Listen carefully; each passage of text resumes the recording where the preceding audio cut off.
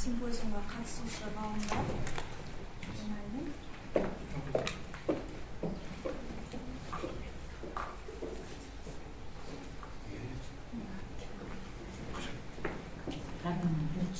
Біздің зерттеу тақырыбымыз қазіргі таңда өте көкейкесті деп ойлаймын. Жоғарғы оқу орындарында кәсіби лексиканы меңгертуде жасанды интеллекті қолдану. Жалпы білім беру саласында жасанды интеллектті енгізу жоғары білімді трансформациялаудың негізгі факторы. Біз бұл мақаламызда осы ЖИ-ді енгізудің негізгі бағыттарын, соның ішінде оқытуды дербестендіру, әкімшілік үдерістерді автоматтандыру және деректерді талдау және ғылыми зерттеулерді қолдау қарастырылады. 12.90. Енді жасанды интеллект сияқты заманауи технологиялар өмірдің әртүрлі салаларына, соның ішінде білімге де белсенді түрде енуде. Университеттер, инновациялар мен білім орталықтары ретінде осы жасанды интеллект негізінде жаңа шешімдерді енгізу және сынақтан өткізу алаңына айналды. Оның ішінде біздің Талдықорған қаласындағы Риат Шансұлы атындағы Жетісу университеті де көштен қалмай ең біріншілердің бірі болып, осындай курстар ұйымдастырып, оқытушыларға әртүрлі жасанды интеллектті пайдаланудың платформаларын үйретті. Бұның ең басты бір негізгі бағыты оқытуды дербестендіру, яғни білім алушылардың жеке қажеттіліктерін ескеретін бейімделген білім беру платформаларын жасауға мүмкіндік береді. Әр студенттің өнімділігін және өзінің қалауын, оқу стилін таңдауға мүмкіндік береді. Және жекелендірілген дербестендірілген материалдар мен тапсырмаларды ұсынамыз. Әкімшілік үдерістерді автоматтандыруға келетін болсақ, бұл жерде өтінімдерді өңдеу, сабақ кестесін жасау және жұмысқа сияқты кең көлемдегі күнделікті өзіміздің тапсырмаларды орындауға бұл бізге көмекші құрал. Бірақ та адамның өзінің интеллекті әрине бірінші орында ғой, десек те бұл бізге бір көмекші құрал ретінде мен сіздерге солай түсіндіргім келіпті. Уақыт үнемдейді, яғни тапсырмаларды, мысалы эсселерді автоматты түрде тексеретін бізде платформалар бар. Бағалауды әртүрлі форматта оқытушылардың уақытын үнемдеуде қолдануға болады шынара.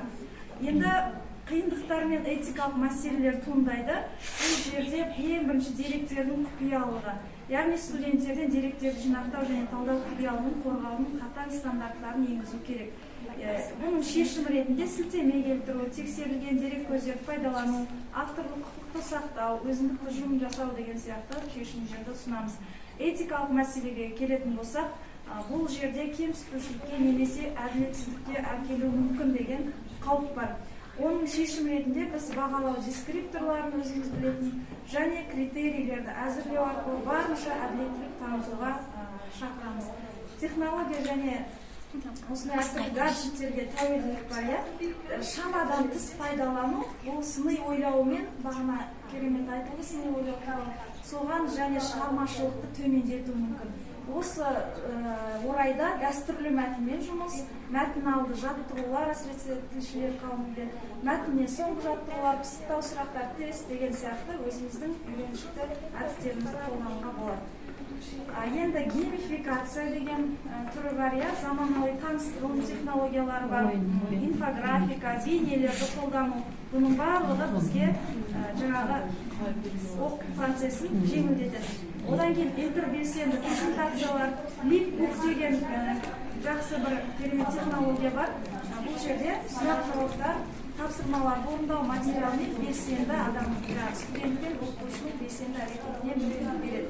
Гибридті форматтар бар, дәстүрлі сабақтарды онлайн ресурстармен және өзіндік жұмыспен үйлестіруге болады. Сосын линк, Q деген заң терминдері біздің қарастыратынымыз кәсіби лексика. Бұл сөздік жасауға көмектеседі бізге, әртүрлі терминологиялық диктант жазуға көмектеседі. Memrise деген мнемотикалық әдістерді қолдануға болады. Оның ішінде мұнда мысалы бір ғана бір әдісті көрсеткім келеді. Бұл Anki деген жаңа технология. Оны біз өзімізше бейімдеп, кінәсіздік презумпциясы деген термин бар, біздің құқықтануға қатысты. Соған осындай түсіну деңгейіндегі, қолдану деңгейіндегі, салыстыру деңгейіндегі сұрақтарды, тапсырмаларды бейімдеп, мынандай флеш карта түрінде ұсынамыз. Флеш карталар осындай болады. Лейтнер әдісіне сүйеніп бұлар әзірленеді. Және тестілеу кезеңдерінде сөздік қор, терминология, морфология, синтаксис сияқты салалар қарастырылады.